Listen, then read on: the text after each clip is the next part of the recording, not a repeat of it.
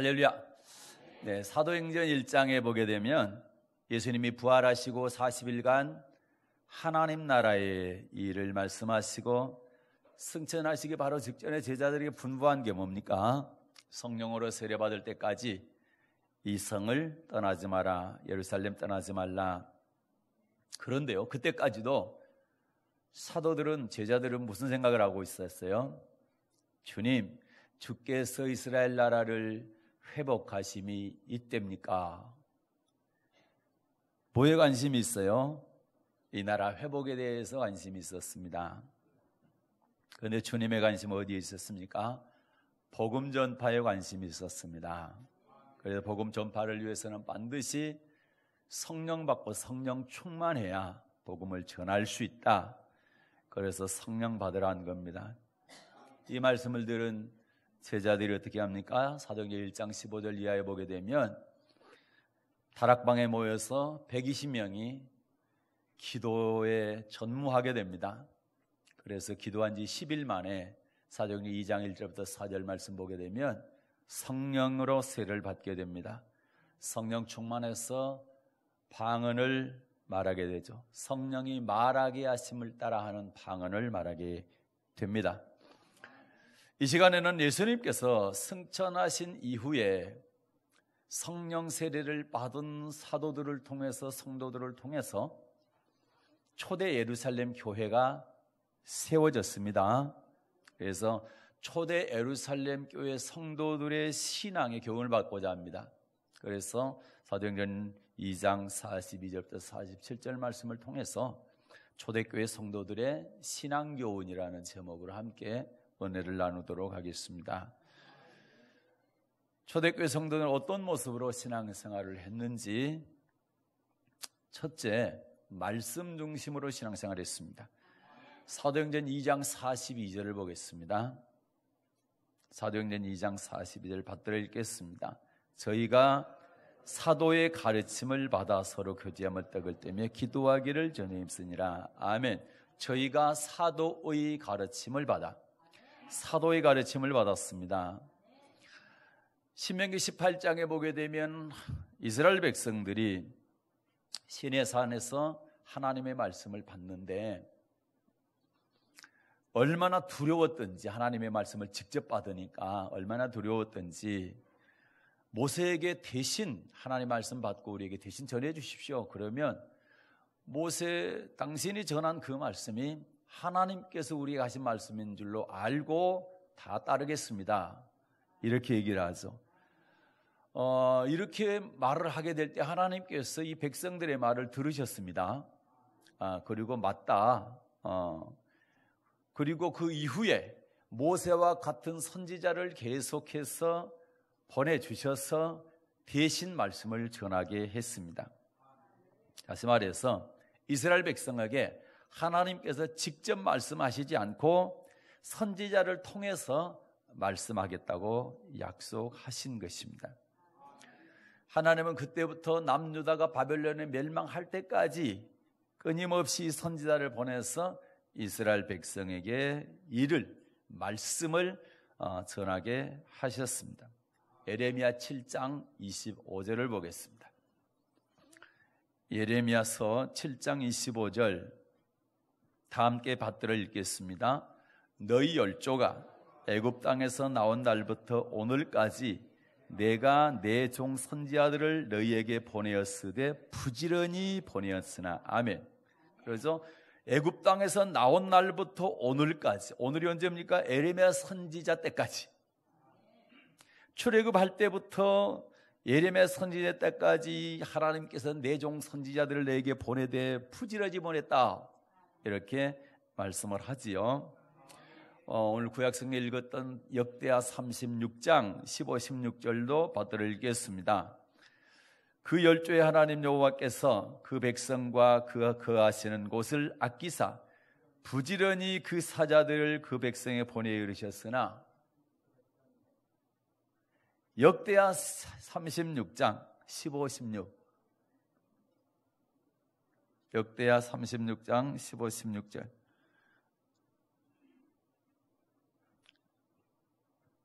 받들어 읽겠습니다.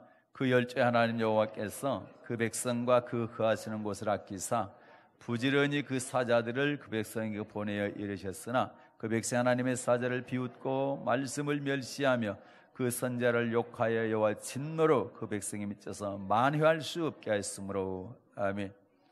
하나님께서 이스라엘 백성들을, 하나님의 백성들을 너무너무 아끼셔서 선지자들을 통해서 뭘 주셨어요? 말씀을 주셨죠. 그런데 백성들이 하나님의 사자 선지자들을 선대하고 그들이 선포한 말씀이 하나님의 말씀이다 이렇게 믿고 아멘 아멘 하고 순종한 게 아니라 어떻게 했단 말입니까? 비웃고 하나님의 말씀을 멸시하고 선지자들을 욕하고 때리고 가두고, 그리고 하나님의 말씀을 듣지도 않고 받지도 않고 돌이키라 하는데 돌이키지도 않고, 그렇게 하니까 하나님께서 어떻게 했대요? 진노하셨대요. 그리고 그 백성에 미쳤는데 만회할 수 없겠다. 선지자들을 계속 보내서 돌아오라 했는데도 불구하고 돌아오지 아니하니까 하나님의 진노가 더 이상 참을 수가 없어. 인내할 수가 없어. 그래서 결국은 바벨론에게 멸망을 당하게 되는 겁니다. 신약 시대에 와서는 누가 말씀을 전했습니까? 하나님의 아들이신 예수님께서 전하셨습니다. 요한복음 12장 49절입니다. 요한복음 12장 49절 말씀을 받들어 읽겠습니다. 내가 내 자유로 말한 것이 아니요 나를 보내신 아버지께서 나의 말할 것과 이룰 것을 친히 명령하여 주셨으니. 아멘. 예수님의 말씀을 자유로, 예수님께서 하고 싶은 말씀을 하는 게 아니라 예수님을 보내신 아버지께서 주신 말씀만 전했다. 아버지의 말씀만 명령으로 받고 그 명령 그대로 선포했다고 말씀하고 있습니다. 구약은 선지자들을 통해서, 신약은 예수님을 통해서 하나님의 말씀이 선포된 것입니다. 그래서 히브리서 기자가 이 말씀을 그대로 잘 정리를 해놨어요. 히브리서 1장입니다. 1절과 2절 보겠습니다. 히브리서 1장 1, 2절 받들어 읽겠습니다. 옛적에 선지자들로 여러 부분과 여러 모양으로 우리 조상들에게 말씀하신 하나님이 이 모든 날 마지막에 아들로 우리에게 말씀하셨으니 이 아들을 만유의 후사로 세우시고 또 서로 말미암아 모든 세계를 지으셨느니라. 아멘. 1절을 보니까 옛적에 선지자들로 여러 부분과 여러 모양 우리 조상들에게 말씀하셨다. 옛적이 언제입니까? 구약시대에. 구약시대는 누구를 통해서요? 선지자들을 통해서 우리 조상들에게 하나님께서 말씀하셨다. 그 다음에 2절 보니까 이 모든 날 마지막에 아들로 우리에게 말씀하셨으니, 예수님이 오신 이후로는, 하나님의 아들 예수님이 오신 이후로는 예수님을 통해서 말씀하셨다 이렇게 말씀하고 있습니다. 구약시대는 선지자를 통해서 말씀하셨고 신약시대에는 예수님을 통해서 말씀하셨습니다. 그리고 예수님 이후 시대는 누구를 통해서 말씀하시는가? 제자들을 통해서 말씀하셨습니다. 제자들에게 예수님께서는 복음서 읽었죠? 마태복음 28장 18절부터 20절입니다. 받들어 읽겠습니다. 마태복음 28장 19, 20절 받들어 읽습니다. 그러므로 너희는 가서 모든 족속으로 제자를 삼아 아버지와 아들과 성령의 이름으로 세례를 주고 내가 너희에게 분부한 모든 것을 가르쳐 지키게 하라. 볼지어다 내가 세상 끝날까지 너희와 항상 함께 있으려 하시니라. 아멘. 20절 보니까 내가 너희에게 분부한 모든 것을 가르쳐 지키게 하라. 예수님께서 분부한 모든 것을 가르치고 지키게 하라. 누구한테 이 명령을 합니까? 제자들에게, 사도들에게. 그러면 사도들을, 예수님 이후는 사도들을 통해서 말씀을 전해 주셨잖아요. 그러면 지금도 마찬가지로 주의 종을 통해서 하나님의 말씀을 전하십니다. 주의 종을 통해서 성도들에게 하나님께서는 말씀을 전하고 계시는 것입니다.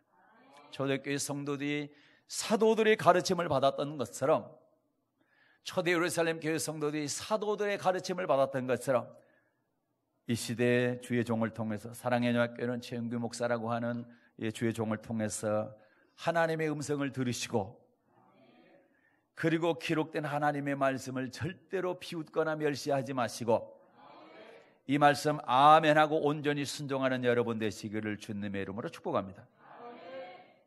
그래서 초대교회 성도들은 사도들의 가르침을 받았다. 지금 여러분은 주의 종의 목사를 통해서 주시는 하나님의 말씀을 들어야 되는 것입니다. 그래서 초대교회 성도들의 첫 번째 신앙은 말씀 중심의 신앙이었다. 두 번째는 기도 중심의 신앙이었습니다. 사도행전 2장 42절 다시 받들어 읽겠습니다. 시작. 저희가 사도의 가르침을 받아 서로 교제하며 떡을 떼며 기도하기를 전혀 힘쓰니라. 아멘. 기도하기를 전혀 힘쓰니라. 오직 기도. 아멘. 기도에 전무했다는 겁니다. 이러한 사실은 성경의 곳곳에서 확인할 수가 있어요. 제자들은 예수님께 승천하기 전에 약속하신 성령을 받기 위해서 모여서 뭐였다고 그랬어요? 기도에 힘썼다. 사도행전 1장 14, 15절 보겠습니다. 자, 사도행전 1장 14, 15절 받들어 읽겠습니다. 여자들과 예수의 모친 마리아와 예수 아우들로 더불어 뭐 했대요? 마음을 같이하여 전혀 기도에 힘쓰니라. 모인 무리의 수가 한 120명이나 되더라. 그때 베드로가 그 형제 가운데 일어서서 가로되 아멘. 네, 마음을 같이해서 120명이 모여서 기도에 전혀 힘썼다. 오직 기도했다라는 거죠. 마음을 같이해서 기도에 힘썼더니 오순절날 성령이 임하게 된 겁니다. 그래서 성령 충만받게 된 것입니다. 그 내용이 사도행전 2장 1절부터 4절 말씀에 나오는 거죠. 그리고 사도들은요, 하나님의 말씀을 전하다가 공회에 잡혔어요. 그리고 다시는 예수의 이름으로 말하지도 말고 가르치지 말아라 이런 협박을 받고 위협을 받았죠. 그러는데 어떻게 합니까? 그럴 때일수록 더 기도했어요. 그래서 성령 충만해가지고 하나님의 말씀을 아주 담대히 전하게 됩니다. 네, 협박받고 위협을 받을 때 위축된 것이 아니라 그때 더 기도해가지고 더 담대히 하나님의 말씀을 전하게 된 겁니다. 사도행전 4장 31절입니다. 그 앞쪽은 여러분 읽어보시면 유대 종교 지도자들, 정치 지도자들이 이 사도들 잡아다가 그들에게 협박하고 위협하는 장면이 나오고요. 그랬더니 사도들이 뭐 하는 겁니까? 4장 31절 시작. 빌기를 다하며 모인 곳이 진동하더니 무리가 다 성령이 충만하여 담대히 하나님의 말씀을 전하니라. 아멘. 빌기를 다하며 기도했다라는 거죠. 그랬더니 성령이 충만해서 담대하게 하나님의 말씀을 전했다. 그래서 여러분, 하나님의 말씀을 전하기 위해서는 담대해야 됩니다. 전도하기 위해서 담대해야 됩니다. 사탄의 세력을 꺾기 위해서는 우리가 기도해서 성령 충만해야 담대하게 사탄을 물리칠 수가 있는 것입니다. 헤롯 왕이 요한의 형제 야고보를 칼로 죽이고 그리고 베드로도 죽이려고 감옥에다 가뒀어요. 그때 교회가 뭐 합니까? 베드로를 위해서 간절히 기도하죠. 사도행전 12장입니다. 5절 보겠습니다. 야고보를 죽이니까 야고보 사도를 죽였어요. 그랬더니 사람들이 너무 좋아하는 거예요. 근데 헤롯이 그러면 이 예수님의 제자들 가운데 제일 우두머리가 이 베드로니까 이거 잡아다가 처형시켜야 되겠다 해서 감옥에 가둬놨습니다. 그랬더니 교회가 베드로를 위해서 뭐 했냐? 간절히 기도했어요. 사도행전 12장 5절 받들어 읽겠습니다. 이에 베드로는 옥에 갇혔고 교회는 그를 위하여 간절히 하나님께 빌더라. 아멘. 교회가 감옥에 갇힌 베드로를 위해서 간절히 하나님께 빌었습니다. 기도했습니다. 그래서 어떻게 합니까? 하나님께서 천사를 보내서 베드로를 감옥에서 노임받게 하는 그런 기적이 일어난 줄로 믿습니다. 여러분, 우리에게도 이런 위기의 순간이 올 수가 있다는 거죠. 감옥에 갇히는 것처럼 우리에게 신앙생활 할 때 위기가 올 수가 있다는 거죠. 그때 뭐 해야 됩니까? 간절히 하나님께 빌어야 되는 겁니다. 그렇게 하게 될 때에 이 위기의 순간들을 하나님께서 잘 넘어갈 수 있도록 우리를 도와주시는 것이다. 할렐루야. 그런 축복이 있기를 바랍니다. 그래서 우리도 항상 기도에 힘써서 교회 생활하면서 찾아오는 어떤 어려움도 잘 극복하고 하나님의 응답 가운데 행복한 삶을 살 수 있기를 바라요. 초대교회 성도들의 두 번째 신앙이 뭐였나? 기도하는 신앙이었습니다. 세 번째는 가난한 이웃을 돕는 신앙이었습니다. 사도행전 2장 44절 45절 받들어 읽겠습니다. 다 꼽아놨죠? 이제 바로 넘겨도 되죠? 받들어 읽습니다. 믿는 사람이 다 함께 있어 모든 물건을 서로 통용하고 또 재산과 소유를 팔아 각 사람의 필요를 따라 나눠주고. 아멘. 초대교회 성도들은 자신의 소유를 조금 더 아끼지 않고 모든 물건을 서로 통용했습니다. 같이 나눠 썼다는 얘기입니다. 그들이 이렇게 할 수 있었던 것은 뭡니까? 물질의 주인이 내가 아니라 하나님이란 사실을 분명히 알고 있었기 때문에. 우리에게도 이러한 물질관이 필요합니다. 하나님께 주셨고 하나님 것입니다. 그러나 우리가 지금 대신 사용하고 있는 겁니다. 11조 위에 10분의 9는 하나님 것이지만 내가 쓰고 있는데 하나님의 의도에 맞게 사용해야 되는 것이다. 그래요. 서로 물건을 통용하는데도 불구하고 조금도 제 것이라고 주장하는 사람이 없었다고 4장 32절 말씀에 하고 있는 것입니다. 그래서 그들은 자기들의 소유를 빨아서 판값을 먼저 사도들의 발 앞에 가져갔고 사도들은 각 사람의 필요를 따라 나누어줘서 핍절한 사람이 없었다. 이렇게 말씀하고 있습니다. 초대교회 성도들은 가난한 성도들과 함께 먼저 나누어주고 서로 도와줬다는 사실을 알 수가 있습니다. 그래서 우리는 구제 대상이 먼저 예수 믿는 사람이 먼저인 것을 알 수가 있습니다. 그리고 세상에 가난하고 소외된 사람을 그 다음에 또 도와줘야 되는 것입니다. 우리는 먼저 믿음의 형제들 가운데 궁핍한 자들을 돌아볼 수 있기를 바랍니다. 더 나아가서 세상의 어려움에 처한 사람들도 돌아볼 수 있기를 바랍니다. 그런데 물질을 가난한 사람들에게 나눠주는 것은 어떤 사람에게는 좀 쉬운 일이지만 어떤 사람에게는 상당히 어렵습니다. 그러나 성령 받고 성령 충만하면 누구나 할 수 있다. 누구나 실천할 수 있다. 이렇게 말씀합니다. 마태복음 19장에 보게 되면 부자 청년 어떤 사람 어떤 관원이 예수님께 와서 어떻게 영생을 얻습니까? 묻습니다. 그때 계명 지켜야 된다. 예, 제가 어려서부터 계명 다 지켰는데요. 그런데 부족한 게 있습니까? 그래, 너 하나 부족한 게 있다. 네가 부자구나. 네 소유를 팔아가지고 가난한 사람들 나눠주고 그리고 나를 쫓으라. 그랬더니 이 사람이 재물이 많은 거로 근심하며 예수님을 떠나고 말았습니다. 예수님 말씀대로 하지 않았습니다. 제자들이 놀래서 아니 어떻게 해야 구원받습니까? 저런 사람들이 예수님께 그랬죠. 부자가 천국 들어가기가 낙타가 바늘기 들어가는 것보다 더 어렵다. 못 들어간다는 얘기했거든. 그러니까 제자들이 좀 놀래가지고 심히 놀래서 어떻게 그러면 구원받습니까? 누가 구원받습니까? 이렇게 물었어요. 우리 어제 청년 하나가 저한테 얘기하던데 어떤 목사님이 그랬다는 거. 율법 어떻게 다 지키냐? 못 지키지. 그렇게 말하는 사람은 절대 못 지키죠.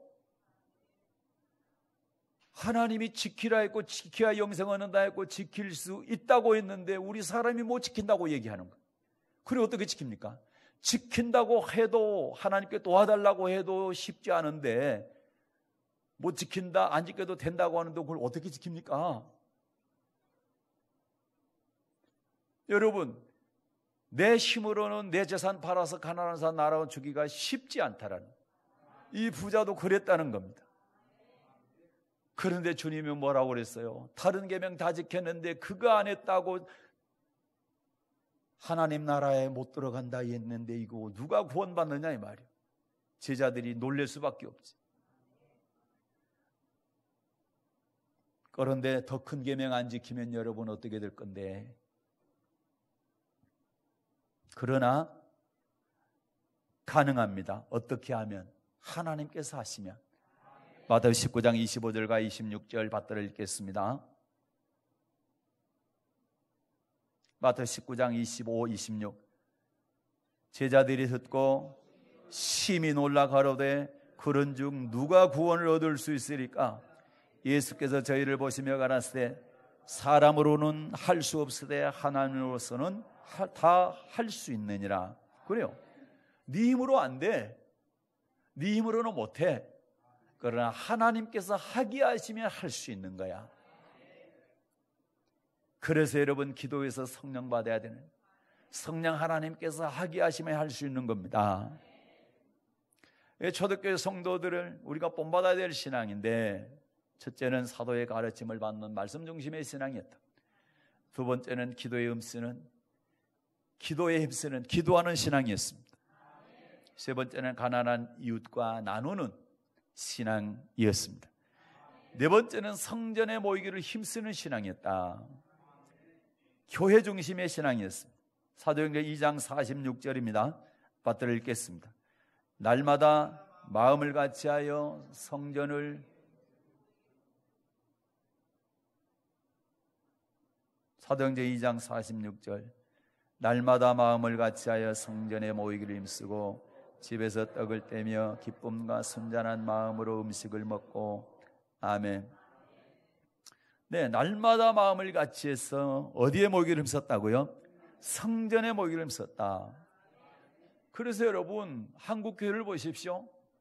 한국 교회가 이렇게 130여 년 동안에 부흥할 수 있던 것이 새벽기도 또는 저녁기도, 기도에서 기도. 네. 새벽기도 안 하는 교회가 없고, 새벽기도 안 하는 교회 우리는 안 하는데 저녁기도 해요. 젊은 양반들은 새벽에 잘 못 일어나니까 저녁에 기도해요. 네.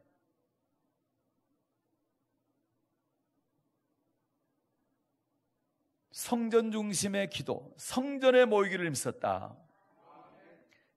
기도도 교회에서 해야 됩니다. 물론 아무 데서나 해도 괜찮습니다. 그러나 기도 응답이 가장 빠른 곳은 교회입니다. 열왕기상 9장에 보게 되면 솔로몬이 성전 건축 올려드리고 기도한 다음에 하나님께서 그래, 네가 이 전을 건축하고 내게 기도했는데 네 기도 내가 다 이루어줄게. 내 눈과 내 마음과 내 모든 것을 이 성전에 두겠다. 그래서 네 기도를 들어주겠다. 근데 하나님께서는요, 믿는 사람들만 와서 기도면 들어준다가 아니라 이방인들도 성전에 와서 기도하면 들어주겠다고 그랬어요. 이래서 안 믿는 사람들도 교회 와서 기도하면 들어주시겠다고 약속하셨다고요. 그래서 안 믿는 분들도 어려움 있는 분들 우리 교회 와서 기도하라고 그러세요. 그러면 응답될 줄로 믿습니다. 응답되고 난 다음에 예수 믿어도 되자. 예. 안 믿는 것보다는 100배 낫지? 네. 그랬으면 좋겠어요. 근데 여러분도 마찬가지. 여러분이 먼저 그런 체험이 있어야 돼. 아멘. 교회 나와서 내가 교회 중심으로 신앙생활을 잘했더니 하나님께서 이렇게 복을 주셨다. 이런 체험들이 있어야 다른 사람들한테 얘기할 수가 있는 거죠. 초대교회 당시 예수 믿는 사람들은 핍박이 엄청 심했어요. 스데반 집사님, 아까 말씀드렸던 요한의 형제 야고보 사도, 이런 사람들이 복음 전하다가 순교당했잖아요. 죽었잖아요. 그만큼 그때는 예수 믿는 것이 위험한 시기였어요. 우리 대한민국은 지금 얼마나 자유로운지 몰라. 그런데 북한은 지금 마음대로 찬송가도 못 불러요. 기도도 마음대로 못해요. 교회도 없어요. 숨어서 모여서 기도하고 예배드리고 그래요. 이렇게 주일낮에 모여가지고 모든 사람들이 성경책 들고 교회 가는 것을 보고, 그리고 마음껏 교회 와서 예배드리고 기도하고 찬송할 수 있는 곳이 아니에요, 북한은. 그런데 여러분은 얼마나 복받았습니까? 어젯밤에도 제가 잠깐 얘기했지만 북한의 성도들은 평생 기도 제목이 성경책 하나 갖는 거예요. 이거 내 성경책 하나 갖고 싶은 거예요. 그들의 평생 기도 제목이라. 그들은 내 마음껏 목소리 높여서 기도할 수 있는 것이 자기들의 소원이에요. 목사님 설교를 직접 한번 들어보는 것이 평생의 소원이요. 목사님을 통해서 세례받고 싶은 것이 저들의 평생의 소원이요. 그런데 여러분 어떻습니까? 북한 성도들이 지하에 숨어서 그렇게 간절히 기도하고 있는 그 제목도 여러분은 다 이루어졌잖아요. 지금 마음껏 예배하고 마음껏 기도하고 마음껏 찬송하고 목사님 설교 날마다 듣고 얼마나 감사합니까? 그런데 여러분, 북한의 성도들의 신앙과 우리의 신앙을 비교했을 때 우리의 신앙이 저들보다 더 낫다고 생각할 수 있는지, 그렇게 자신할 수 있는지 우리는 돌아봐야 되는 것입니다. 초대교회 성도들요, 교회 다니는 것 자체, 교회에 나가는 것 자체가 엄청난 위협이고 협박이었고 핍박이었어요. 뻔히 스데반 집사님 복음 전하다고 돌아가신 거 보았고, 죽임당하는 거 보았고, 야고보 사도 칼로 죽임당하는 거 봤잖아요. 그런 소문 다 들었잖아요. 그런데도 불구하고 이 사람들은 뭐 했어요? 꼭꼭 숨어 있는 것이 아니라 성전에 나갔다. 날마다 마음을 같이 해서 성전에 나가기를 힘썼다라는 거예요. 왜 그랬냐? 왜 그랬어? 이 사람들이 결론적으로 말한다면 성전은 음부의 권세가 이기지 못하는 곳, 마귀의 권세가 이기지 못하는 곳. 성전에 모인다고 핍박이 사라집니까? 그렇지 않습니다. 어떻게 보면 더 드러나기 때문에 죽음의 위험이 더 닥칠 수가 있는 것입니다. 오히려 타깃이 될 수가 있다 이 말입니다. 그러나 핍박, 죽음, 미혹보다 더 무서운 것이 뭐냐? 두려움입니다. 두려움. 그리고 뭡니까? 세상의 유혹입니다. 북한의 성도들 얘기했는데 그 사람들은 잡히면 죽는 줄 알아요. 그런데도 모여서 예배 드리는 겁니다. 두려움이 전혀 없다고 할 수도 없겠지만 그래도 잡히면 죽는다는 것을 알고도 예배 드리고 있잖아요. 그런데 내가 죽어서는 안 돼, 나는 살아야 돼 한다면 못 드리는 거예요. 잡히면 죽으니까. 초대교회 성도들도 마찬가지 아닙니까? 또 하나는 뭡니까? 우리 대한민국의 교회 성도들을 보게 되면 세상의 유혹이 더 문제예요. 우리에게는 핍박과 환난이 없잖아. 그 대신 뭡니까? 세상이 손짓을 합니다. 유혹을 합니다. 이게 더 무서운 거라. 스스로 믿음이 떨어지는 거예요. 여러분, 바울의 제자 가운데 데마라고 하는 사람이 있었어요. 이 사람은 어떻습니까? 바울과 함께 환난 핍박 다 견디는 사람이에요. 바울의 동역자. 핍박과 환난까지도 다 견디는데도 불구하고 이 사람이 나중에 어떻게 되느냐? 세상을 사랑해서 바울을 버리고 생명 바쳐서 같이 환난 핍박 그렇게 견디는데도 불구하고 바울을 버리고 세상을 사랑하여 세상으로 가버리고 말았습니다. 세상의 유혹이 그렇게 강력한 것. 잘 지킬 수 있기를 바랍니다. 물리칠 수 있기를 바랍니다. 꿋꿋하게 신앙을 지킬 수 있는 여러분 되시기를 주님의 이름으로 축복합니다. 그래서 여러분, 성전 중심의 신앙생활은 아주 중요한 것입니다. 성전은 문부의 권세가 이기지 못하는 것이요, 또 하나 중요한 것은 성전을 통해서 천국 말씀이 선포됩니다. 예수님께서 베드로 신앙 고백 위에 내 교회를 세우겠다, 내 교회를 네 신앙 고백 위에 세울 건데, 첫째는 음부의 권세가 이기지 못할 것이다, 두 번째는 천국 열쇠 주겠다. 천국 열쇠가 뭡니까? 천국 들어가는 말씀. 만약에 여러분 고백만 하고 천국 간다고 한다면 교회에 있을 필요도 없고 교회에 나올 필요도 없는 겁니다. 왜요? 고백만 하면 되기 때문에. 그러나 왜 교회가 필요하고 왜 교회에 나와야만 되느냐? 천국 들어가는 말씀을 받기 때문에 그렇다. 그리고 음부의 권세를 이기지 못하는 것이기 때문에 그렇다.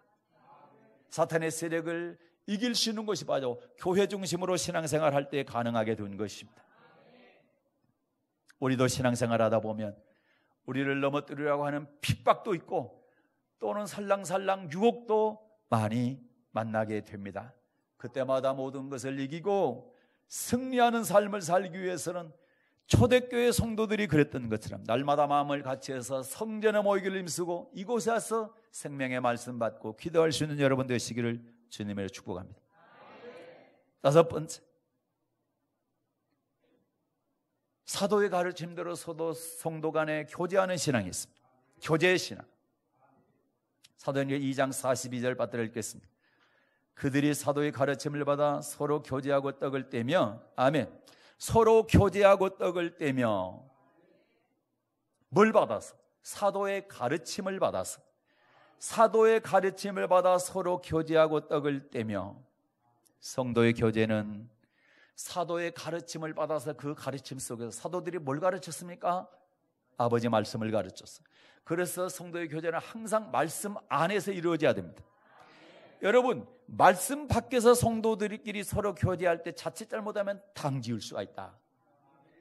철저하게 여러분 그 명심하십시오. 당지면 큰일 납니다. 그런데 말씀 안에서 성도끼리 서로 교제하면 절대로 당지을 수가 없어. 하나님을 영화롭게 하고 교회에 유익을 주고 내 신앙에 유익을 줍니다. 하나님 말씀 안에 교제를 하게 되면 곁에 있는 성도를 위해서 기도해 줍니다. 위로해 주고 격려해 주고 같이 손잡고 갑니다. 절대 시기 질투하지 않습니다. 축복해 줍니다. 그러나 말씀에서 벗어나게 되게 되면 수군수군하게 되고 거기서 험담하게 되고 원망하고 불평하게 됩니다. 그래서 항상 하나님 말씀 안에 사도의 가르침을 받고 그 가르침 안에서 교제할 수 있기를 주님의 이름으로 부탁을 드리겠습니다. 그래서 성도의 교제의 가장 중요한 것은 사랑입니다. 예수님의 가르침의 핵심이 뭡니까? 내가 너희를 사랑한 것처럼 너희도 서로 사랑을 합니다. 그리하여야 너희들이 사랑한 것을 보여줘야 모든 사람들이 너희가 내 제자인 줄 알 것이다. 이것이 바로 세계명이다. 이렇게 요한복음 13장에서 말씀하는 것입니다. 바울 사도는 데살로니가 교회 성도들을 생각할 때마다 하나님께 너무너무 감사했어요. 왜 그러냐? 데살로니가 교회 성도들이 갈수록 믿음이 자라나고 그 다음에 사랑이 풍성해지더라 이 말입니다. 데살로니가 후서 1장 3절 보겠습니다.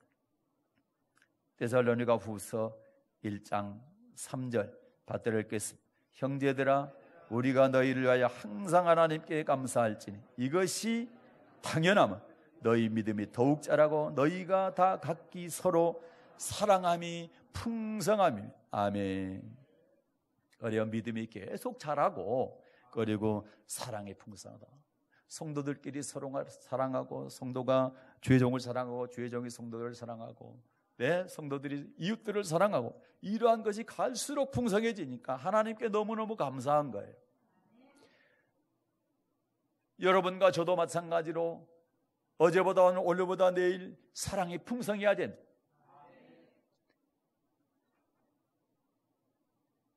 예수님의 가르침의 핵심이 사랑입니다.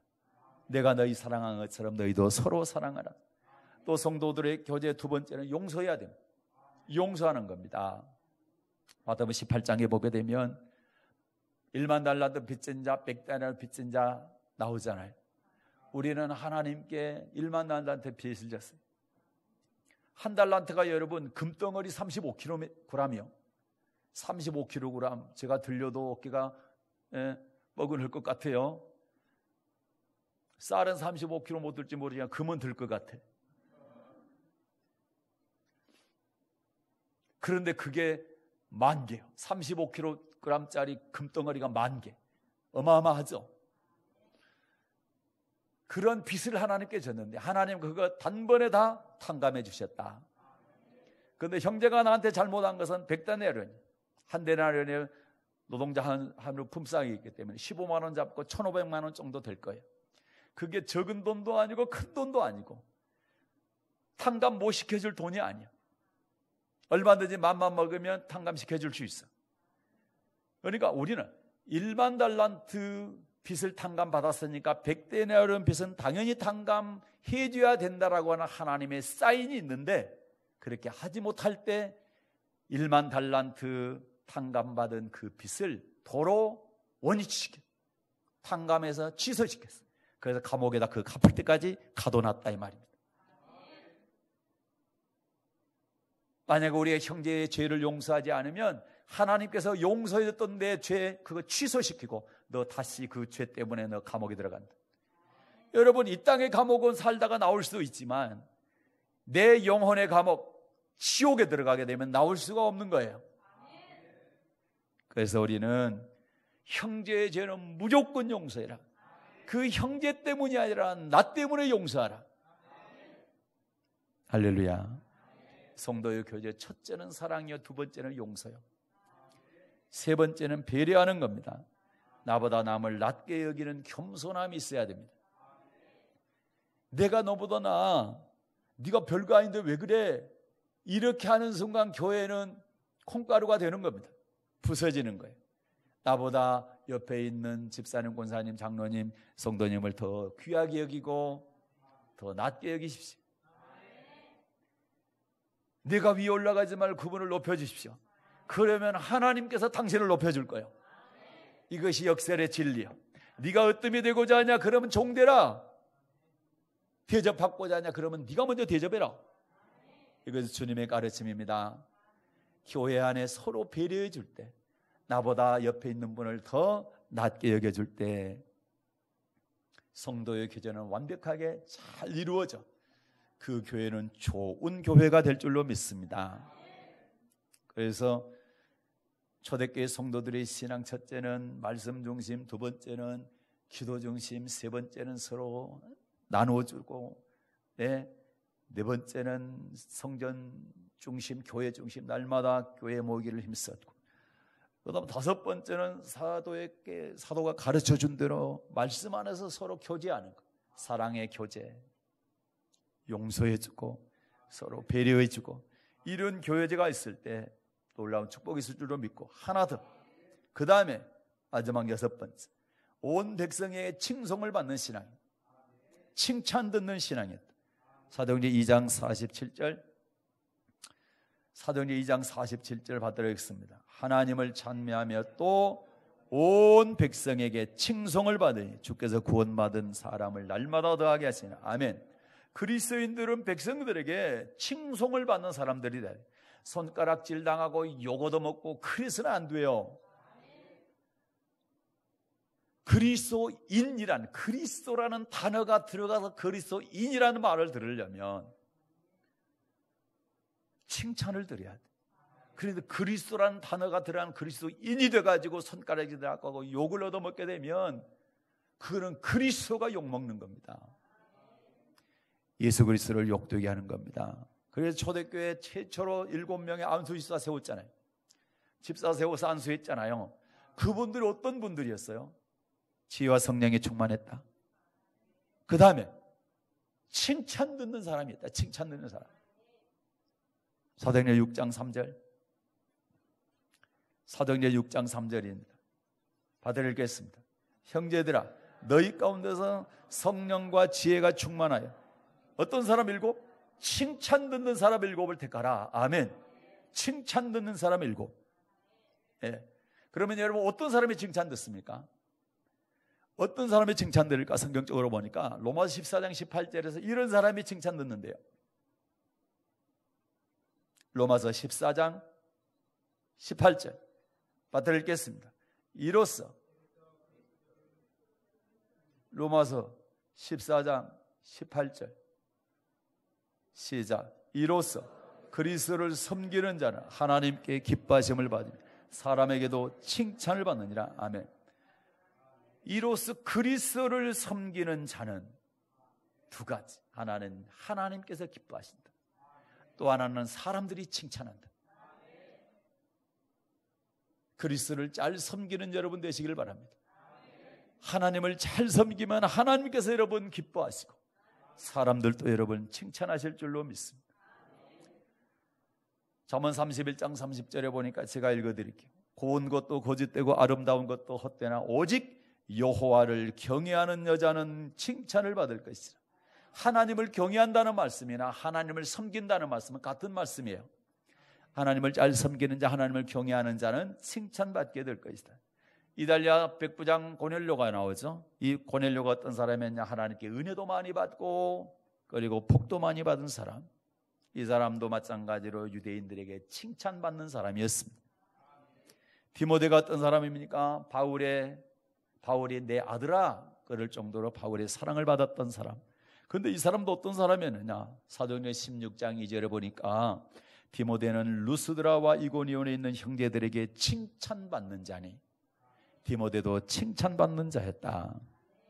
여러분, 사울이라고 하는 사람이 다메섹 도상에 다메섹에 가다가 부활하신 예수님을 만났죠. 그가 엎드러진 다음에 뭐 했어요? 너무너무 밝은 빛 때문에 눈이 멀게 됩니다. 소경이 됐어요. 네. 그래서 다메섹에 있는 다른 사람의 손에 이끌려서 다메섹에 가가지고 눈도 보이지도 않고 뭐합니까? 금식하면서 기도합니다. 그때 하나님께서, 예수님의 제자 누구를 보내냐? 아나니아를 보내냐? 아나니아라고 하는 제자를 보내는데 이 사람이 어떤 사람이었느냐? 볼게요. 사도행전 22장 12절. 사도행전 22장 12절입니다. 받들어 읽겠습니다. 율법에 의하면 경건한 사람으로 거기 사는 모든 유대인들에게 칭찬을 듣는 아나니아라 하느니가. 아멘. 예수님께서 왜 이런 사람들을 쓰시느냐, 아나니아 같은 사람을 쓰시느냐?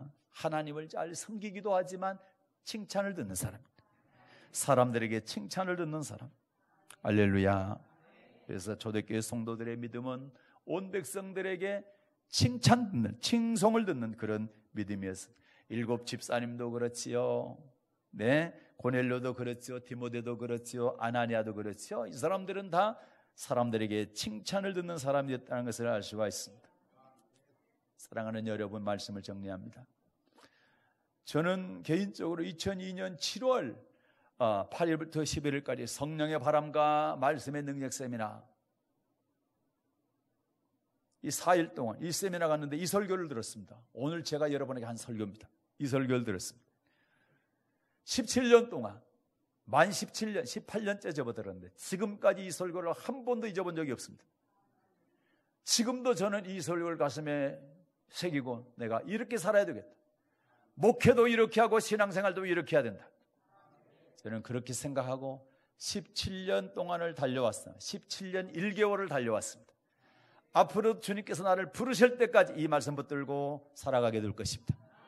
여러분도 이 말씀과 함께 가십시오. 할렐루야. 자, 초대교회, 이런 성도들이 모여서 이런 신앙생활을 하게 될 때 하나님께서 그 초대교회 어떻게 하셨나? 사도행전 2장 47절입니다.